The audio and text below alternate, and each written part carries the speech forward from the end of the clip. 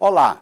Por um mundo onde o coração das pessoas seja reconhecido em sua integridade saudável, tanto na vivência da emoção como na construção de uma vida significativa, está começando mais um programa parlatório aqui pela TV Pai Eterno.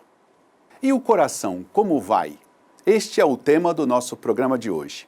Podíamos repetir aqui uma conversa longa com médicos, mas preferimos embaralhar um pouco as coisas e lembrar que, além de uma boa pressão arterial, precisamos de cuidar do coração que move as relações entre nós. Do coração que nos enche de preocupação com a pandemia que está assolando o planeta e matando tanta gente no Brasil.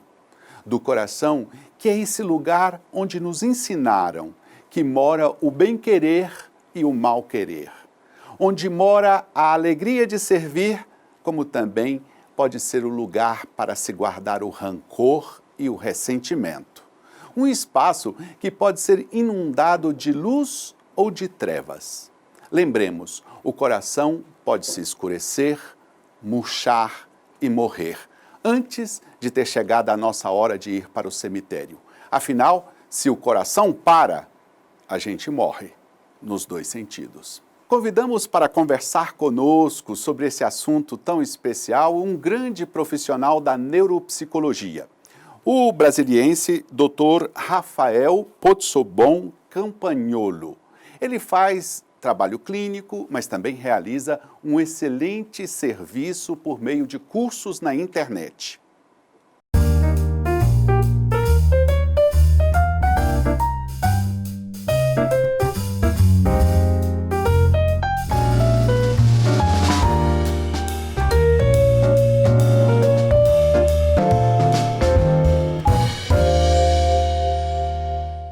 Dr. Rafael Pozzobon Campagnolo é psicólogo desde 2002, formado pelo Uniceub de Brasília. Em 2012, conheceu o programa de redução de estresse baseado no Mindfulness e incorporou a atenção plena em sua prática clínica, principalmente no trabalho com grupos. Em 2017, recebeu o título de Neuropsicologia pelo Instituto de Ensino e Pesquisa em Saúde e Educação, também de Brasília, e publicou um trabalho de pesquisa clínica com o título O Treinamento com Neurofeedback como coadjuvante no tratamento da doença de Parkinson. Dr. Rafael fundou, em 2019, a Clínica Escola Neuroinfo e de Mindfulness e Neurofeedback em Brasília. E hoje se dedica ao atendimento clínico de base neurocomportamental e também como educador de competências socioemocionais com o objetivo de integrar 3 aspectos fundamentais da consciência de ser e de estar no mundo: corpo, emoção, cérebro, mente e campo relacional. Doutor Rafael, é uma alegria receber você aqui no programa Parlatório. Muito bem-vindo. Eu já começo com uma pergunta geral e comprometedora. Você acha que nos relacionamentos em geral, o nosso coração está no comando? O que eu posso falar sobre isso é que o coração deveria estar, né? Se não estiver nos relacionamentos em geral, eu acredito que o coração deveria ser um principal elemento que a gente deveria ter em foco quando a gente vai se relacionar. Nem sempre é o que acontece. Quando eu falo do coração aqui, né, no caso, em termos psicológicos ou emocionais, eu não estou falando só do coração de uma forma simbólica, mas também de uma realidade física que a gente, às vezes, não está acostumado a enxergar, né? No caso, o coração, quando eu me refiro a ele dentro dos relacionamentos, é um estado de presença, né? Um estado de presença e de escuta profunda, que só é possível através de um processo ativo, né? onde eu me coloco totalmente atento a mim e ao outro, né? ou pelo menos eu me coloco num estado onde eu estou consciente dos meus processos mentais e emocionais, né, em termos de pensamentos, e com qual estado emocional eu estou me relacionando com o outro, mas também procuro estar presente com o que o outro, com o estado emocional e com a narrativa que o outro me traz, né? Então, dentro disso, desse processo, o escutar com o coração, ou me relacionar com o coração, é uma forma de eu abandonar também os meus julgamentos ou os filtros que eu estou utilizando para poder enxergar a realidade dentro do campo relacional. Então,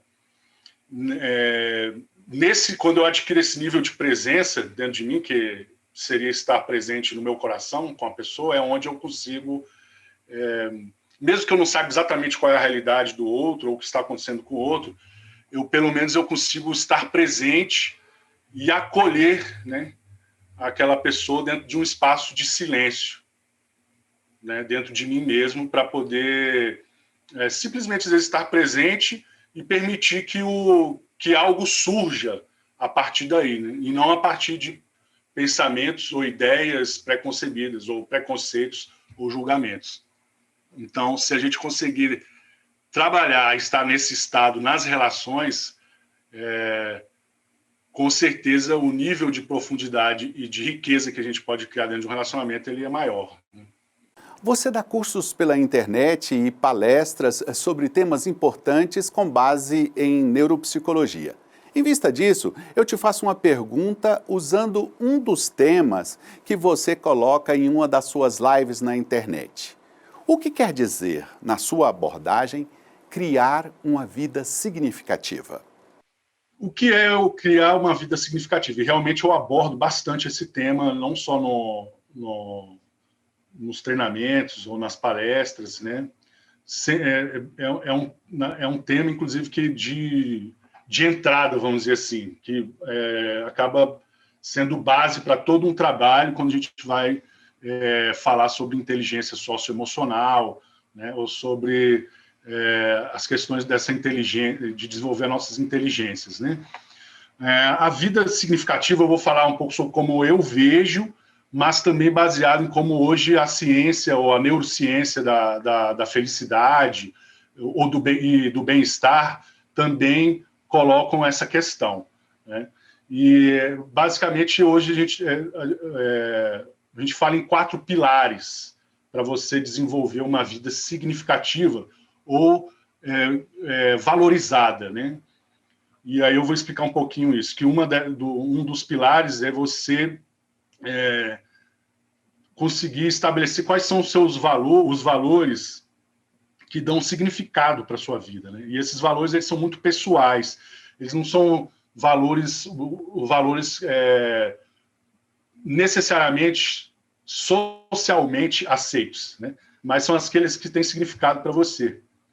E existe todo um trabalho, né, que a gente faz dentro de um curso ou dentro de um trabalho em grupo ou no individual, onde a pessoa vai conseguir, através de uma revisão de vida ou de experiências significativas que ela teve na vida dela, onde ela vai conseguir identificar quais são os valores que estiveram presentes nesses momentos e que realmente, que quando você vive ou age com base neles, você experimenta uma vida mais significativa, né? E esses valores são diversos, né? Podem ser desde a amorosidade, honestidade, intimidade, dentro do trabalho ou das relações pessoais, esses valores vão se manifestar de diversas formas. Então, um dos pilares seria esse, né? Quanto mais claro eu tenho dos meus valores, e aí é importante a gente diferenciar valores de objetivos na vida, né? Porque os valores a gente vive eles no presente, né? Nas minhas ações diárias, né? Objetivos, normalmente eu vou ter um objetivo que eu vou realizar no futuro, né? Eu vou conquistar algo no futuro. Então, e às vezes esses objetivos eles acabam sendo motivo de frustração ou de procrastinação, e isso gera né? Ansiedade, tristeza, frustração. E quando a gente fala em ações valorizadas, qual é o valor que eu conscientemente escolho colocar como base das minhas ações, né? Então, esse é um pilar. E isso acaba sendo importante hoje, principalmente no mundo em que nos convida constantemente à distração, né? ou a nos distrair daquilo que realmente é importante para a gente na vida. Os convites são constantes. Então, esse é um dos pilares da infelicidade, vamos dizer assim, ou daquilo que causa mal-estar. É quando eu não consigo, ou perco a minha capacidade de manter a atenção ou o foco naquilo que realmente importa na minha vida. Então, hoje, você vê, por exemplo, alguns estudos que indicam que o excesso, por exemplo, de mídias sociais ou de redes sociais é um dos fatores hoje que aumentam a ansiedade e a depressão, né? Principalmente em jovens, né? Exatamente porque quando eu estou envolvido com todas essas questões que estão me distraindo daquilo que realmente importa para mim na minha vida, quando eu tomo consciência disso, é quando vem a angústia, muitas vezes. Então, você conseguir encontrar um significado para a sua vida, ou ter um propósito, como muitas pessoas falam, é um dos fatores também de saúde mental. Um outro ponto, voltando à questão da vida significativa, que foi identificado que é importante, é a gente trabalhar em cima da nossa autoconsciência, né? A autoconsciência, que é um processo que vem da contemplação dos seus pensamentos, dos seus estados emocionais, né, que é onde entra o processo do mindfulness, né, que é prestar atenção, ou atenção plena. Mas é um treinamento onde eu desenvolvo a minha capacidade de me observar quais são as narrativas que eu estou sustentando na minha vida. E, normalmente, o que a gente percebe é que a grande parte das pessoas elas estão sustentando ou mantendo narrativas pessoais de sua história que sustentam autoconceitos ou uma autoimagem muito pobre, né, ou muito negativa. E esse também é um dos fatores que acabam influenciando na questão da vida significativa ou não, ou seja, é um dos fatores que aumentam os índices de depressão e de ansiedade. Sempre que eu não é que a gente não vá passar por estados de ansiedade ou de depressão, mas se a gente se perde nesses estados, a nossa vida passa a perder, às vezes, o significado, nesse sentido que eu estou colocando, né? Da gente estar presente e atuando e agindo. A presença é um estado de ação, de envolvimento, de engajamento na vida. Muitas vezes a gente cria narrativas sobre nós mesmos, ou uma identidade com base nas nossas feridas emocionais, ou nossos traumas, né? E acabamos ficando presos nesse enredo, ao invés de utilizar isso para despertar nossos potenciais, né? e para que a gente possa se realizar. Então, esse seria um segundo. O outro pilar da vida significativa é como a gente se relaciona com a solidão, né? Ou com o estado com o sentir-se sozinho, que é diferente de eu ter momentos para estar comigo, né? Para refletir ou até poder desenvolver essa autoconsciência, né? Essa autoobservação sobre mim mesmo, sobre como eu estou me relacionando comigo e com os outros. Mas aqui eu falo do sentimento de estar sozinho no mundo, né? Que muitas vezes está associado a um sentimento de ninguém se importa comigo, ou ninguém presta atenção em mim, né? Um sentimento de não pertencer, né? a um grupo, a uma sociedade, a uma família. Então, essa questão, que hoje a gente vive isso de uma forma muito forte, porque a gente acaba saindo muito... ou seja, o convívio em comunidade ou familiar, ele é cada vez, ele é às vezes mais raro hoje em dia, porque a tendência das pessoas viverem sozinhas e se sentirem solitárias, ela é grande hoje, né? Existe uma tendência a isso. E aí esse sentimento de solidão, de estar sozinho ou desamparado, também empobrece o significado da vida. Porque isso também, aí vem, e a ciência sustenta isso, a importância da gente ter vínculos, né, e conexões com os outros. Depois de um rápido intervalo, nós vamos continuar nossa conversa sobre o coração com o neuropsicólogo Dr. Rafael Pozzobon Campagnolo. Até já!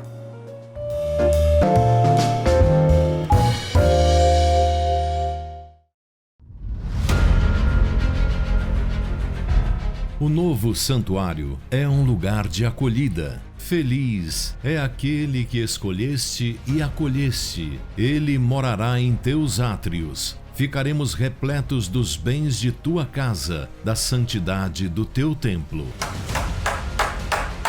Esta casa é para acolher você, devoto doador. Esta casa é para acolher você que é parte desta obra. Esta é a nossa casa. Nova AFIP, TV Pai Eterno.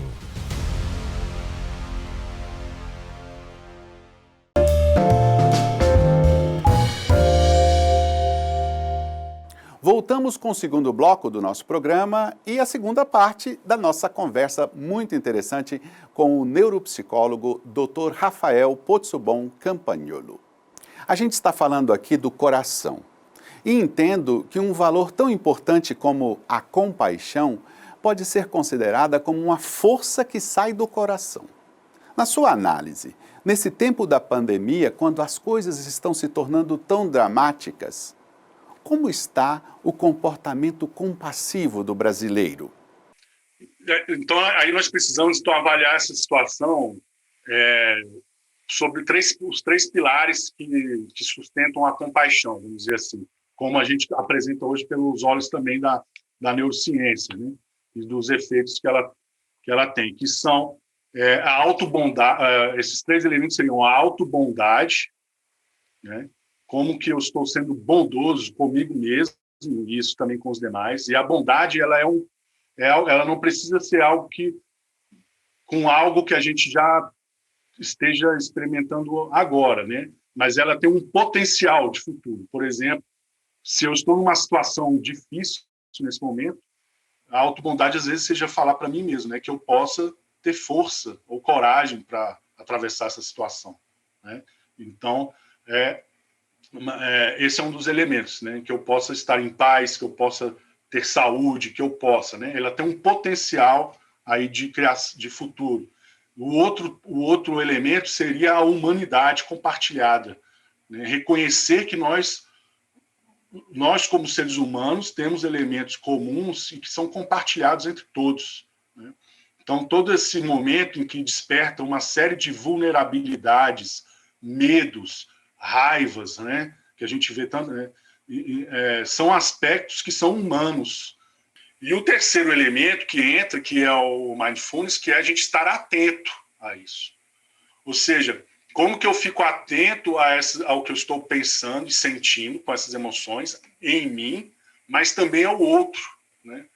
Porque a compaixão, ela também implica não só a compaixão interna, mas a compaixão com todo o externo, com tudo que está acontecendo, com todos. Então, é um momento em que a gente pode ter uma tendência muito forte a nos querer anestesiar, né? Ou entorpecer isso. Que aí é onde entram as compulsões, as ansiedades, as depressões.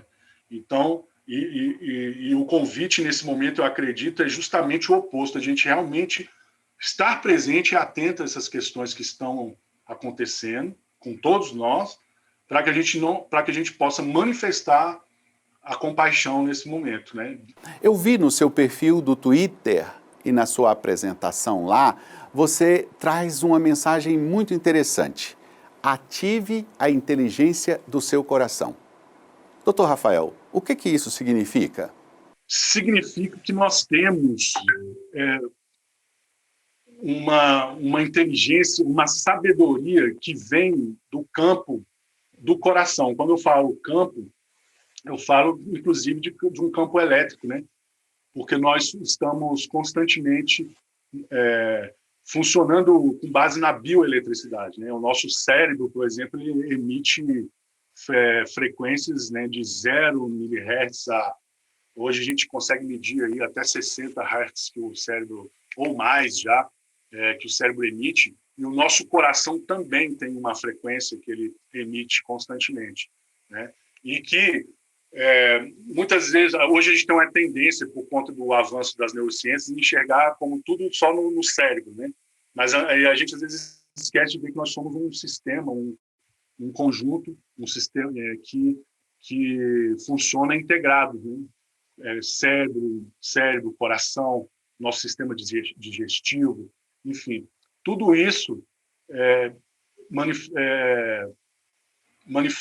funciona de uma forma inteligente, e que o coração, que hoje a gente já sabe que existem redes nervosas, né, redes neurais que se conectam diretamente com o cérebro, se comunicam diretamente com o cérebro, que também possuem uma sabedoria e uma inteligência que às vezes a gente não está acessando hoje.